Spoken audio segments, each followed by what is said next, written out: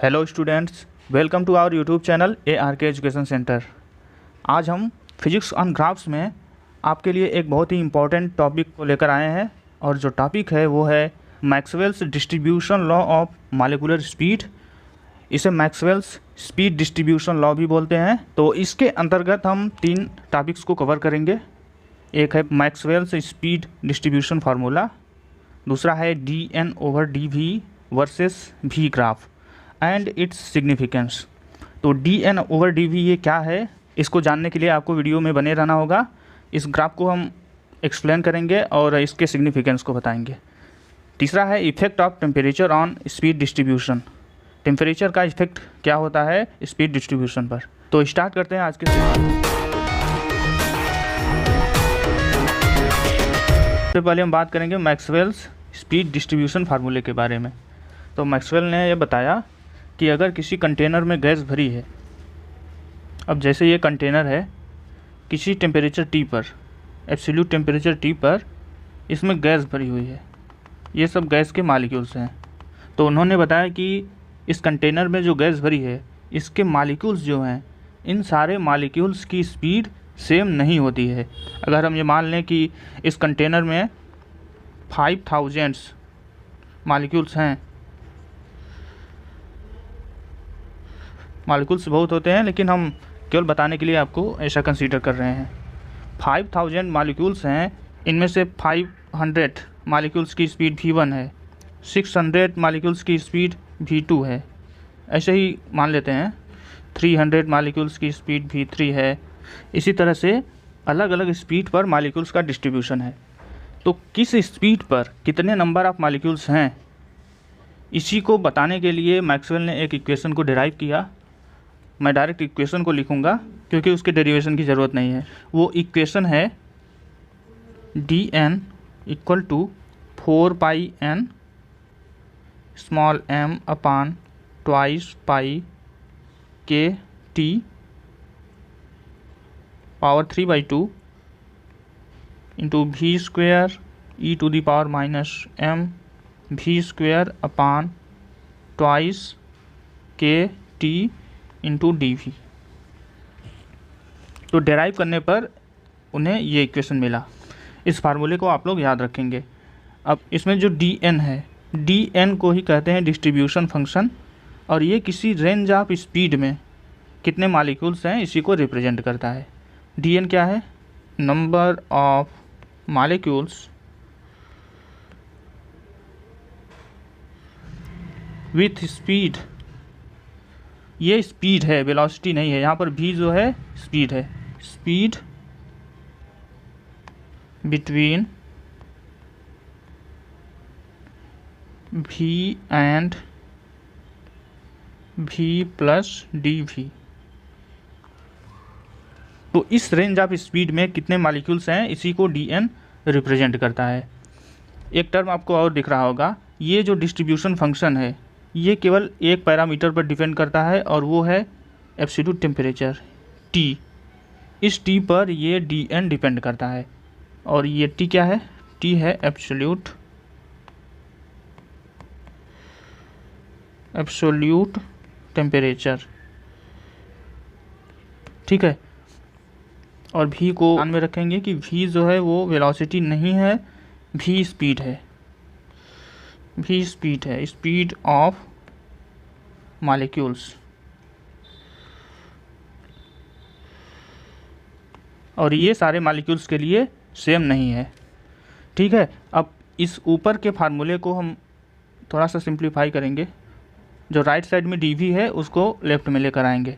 ये हो जाएगा dN/dV और इक्वल हो जाएगा 4πN m अपान 2KT पावर 3/2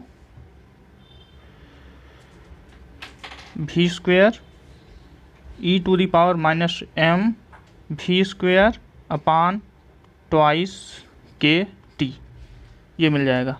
अब हम dN/dV और V के बीच में ग्राफ को प्लॉट करेंगे। तो इस इक्वेशन को आप लोग ध्यान में रखेंगे। यहाँ पर जो dN/dV है, ऊपर जो dN था वो था किसी रेंज ऑफ स्पीड में कितने मॉलिक्यूल्स हैं। ये क्या है? dN/dV। ये रिप्रेजेंट कर रहा है किसी पर्टिकुलर स्पीड पर मोशन करने वाले मॉलिक्यूल्स की संख्या, यानी number of molecules at a given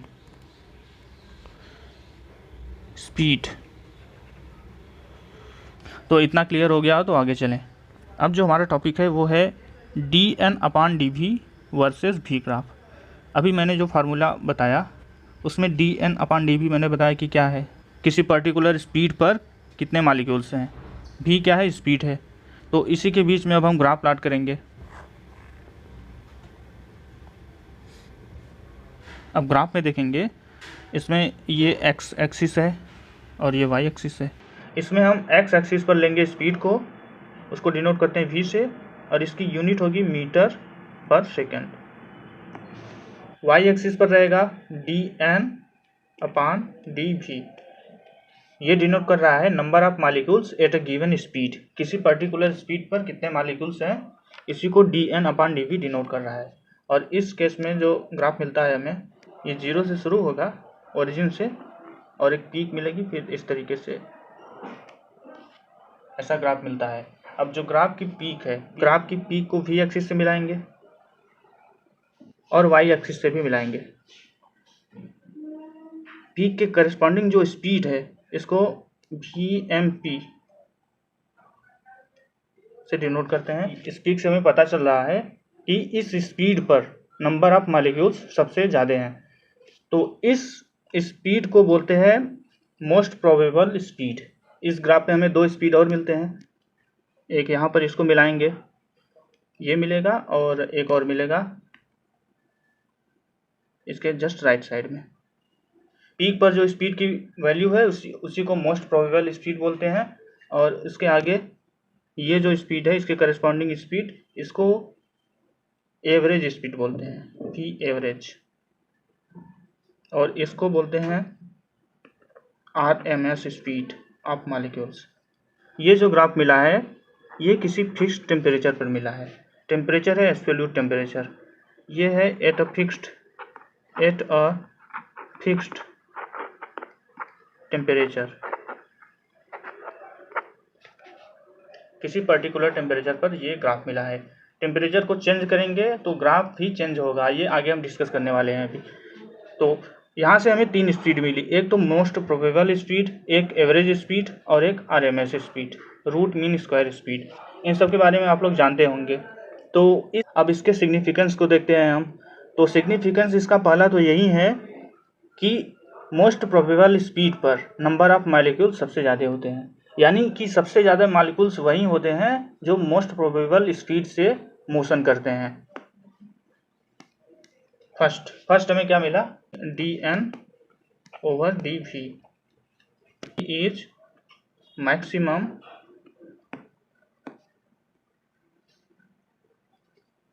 at VMP। Most probable speed पर इसकी वैल्यू मैक्सिमम होती है। ये तो पहला हो गया।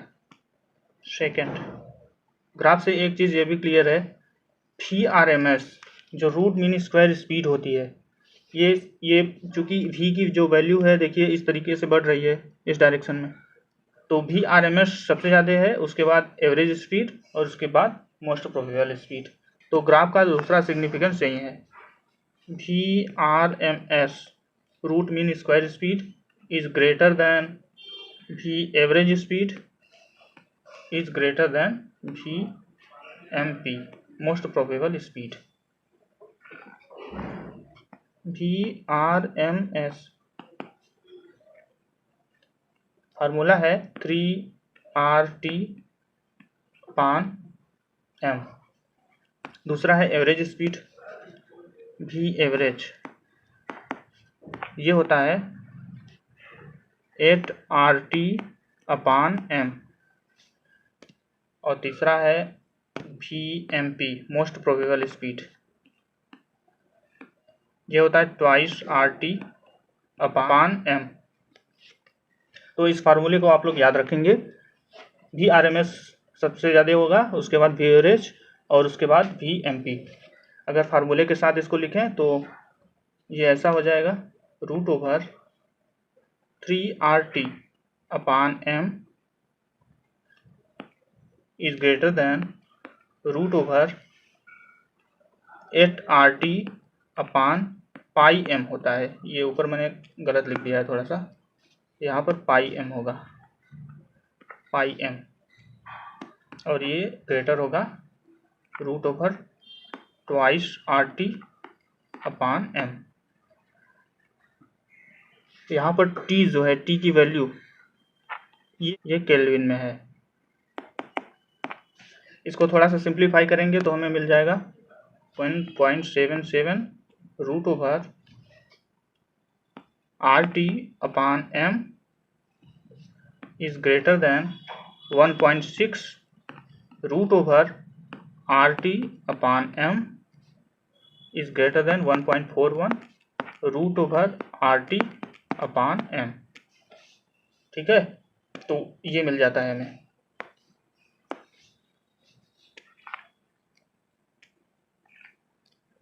ये तो दूसरा सिग्निफिकेंस हो गया। तीसरा सिग्निफिकेंस क्या है? तीसरा सिग्निफिकेंस है, जो ग्राफ है, ग्राफ पर देखेंगे पहले। इस ग्राफ से हमें किसी पर्टिकुलर स्पीड पर कितने मॉलिक्यूल्स हैं ये भी पता चल जाता है, और किसी रेंज ऑफ स्पीड में कितने मॉलिक्यूल्स हैं इसकी जानकारी भी हमें इस ग्राफ से मिल जाती है। अब जैसे हमें ग्राफ में किसी पर्टिकुलर स्पीड पर कितने नंबर ऑफ मॉलिक्यूल्स हैं इसको पता करना है, तो हम कुछ नहीं करेंगे, बस सीधे एक्सिस को मिला देंगे। जैसे हमें इस पॉइंट पर अगर पता करना है कितने नंबर ऑफ मॉलिक्यूल्स हैं, तो इसको भी एक्सिस से मिलाया और इसको dn अपान dv एक्सिस, जो y एक्सिस है, उससे मिला देंगे। तो इस पर्टिकुलर स्पीड पर जो y एक्सिस पर वैल्यू मिल रही है ये हो जाएगा नंबर ऑफ मॉलिक्यूल्स। और अगर दूसरा तो ये है कि किसी रेंज ऑफ स्पीड में हमें पता करना है कि कितने मॉलिक्यूल्स हैं।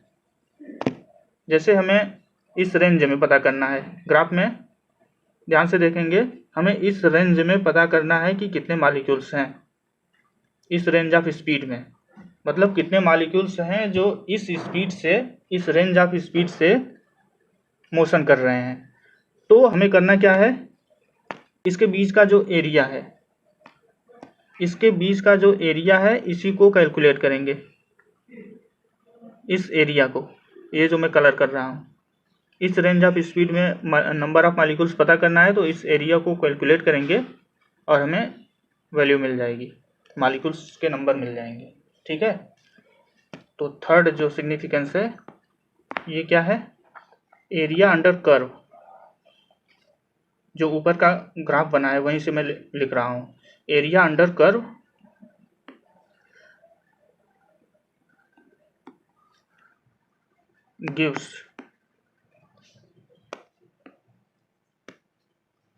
gives the value of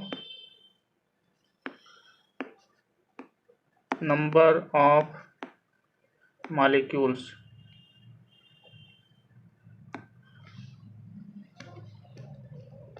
in that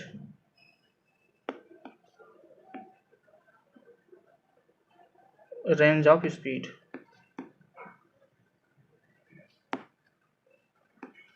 तो बात समझ में आ गई होगी। ये सब तो हो गया ग्राफ का सिग्निफिकेंस। अब हम चलते हैं आगे, और आगे हम देखेंगे effect of temperature on speed distribution. Temperature को चेंज करेंगे तो स्पीड डिस्ट्रीब्यूशन फंक्शन पर क्या इफेक्ट पड़ेगा, dn अपान dv की वैल्यू कैसे बदलेगी। जो ग्राफ हमने अभी बनाया, क्या ग्राफ वैसे ही रहेगा या फिर टेम्परेचर को चेंज करने पर ग्राफ का शेप चेंज हो जाएगा, तो उसी को हम देखेंगे। अब चूंकि हम जानते हैं अगर हम टेम्परेचर को इंक्रीज करेंगे तो जो मॉलिक्यूल्स की एवरेज स्पीड होगी वो भी बढ़ जाएगी, वो तेज़ी से कोलाइड करने लगेंगे। क्योंकि एवरेज स्पीड बढ़ जाएगी यानी v की वैल्यू, जो हमें पीक मिल रही थी अभी, इसके पहले जो मैंने ग्राफ प्लॉट किया वहाँ पर जो पीक मिल रही थी वो थोड़ा राइट साइड में शिफ्ट हो जाएगी, क्योंकि स्पीड क्या होगी, बढ़ जाएगी। दोनों ग्राफ को प्लॉट करेंगे हम एक ही में, पैरामीटर सारे वैसे ही रहेंगे, एक्स एक्सिस पर v रहेगा स्पीड, वाई एक्सिस पर dn अपान dv। ये ग्राफ है टेम्परेचर T1 पर, ये टेम्परेचर T1 पर है। ठीक है, अब टेम्परेचर T2 पर कैसा ग्राफ बनेगा, जैसे ही टेम्परेचर हम इंक्रीज़ कर रहे हैं, टेम्परेचर इंक्रीज़ करेंगे तो ग्राफ की पीक जो होगी वो शिफ्ट हो जाएगी और इसकी जो विड्थ होगी, अभी मैं बता रहा हूँ विड्थ क्या होता है, ये भी बढ़ जाएगी। ऐसा ग्राफ मिलेगा हमें। ग्राफ में देखेंगे ये फर्स्ट की पीक है, यहाँ पर मोस्ट प्रोबेबल स्पीड मिल रही थी और इस पर number of molecules Y axis को मिलाएंगे तो ये मिल रहा था। ठीक है, टेम्परेचर को इंक्रीज़ कर दिया हमने, ये टेम्परेचर T2 पर है, T2 पर, और T2 की जो वैल्यू है वो T1 से ज़्यादा है, ये एब्सोल्यूट टेम्परेचर स्केल पर है। ये तो पहले ग्राफ का हो गया। दूसरे ग्राफ में जो पीक है, दूसरे ग्राफ की पीक शिफ्ट हो गई है आगे की तरफ। देखिए जो मोस्ट प्रोबेबल स्पीड मिल रही थी वो अब कहीं और मिल रही है, पीक आगे की तरफ राइट साइड में शिफ्ट हो चुका है और इस पर जो नंबर ऑफ मॉलिक्यूल्स हैं ये देखिए इतने। और जो विड्थ है, जो पहला ग्राफ है उसकी विड्थ क्या है, ये है इस पहले ग्राफ की विड्थ, ये देखिए कम है। दूसरे ग्राफ में देखेंगे तो विड्थ जो है वो बढ़ गई।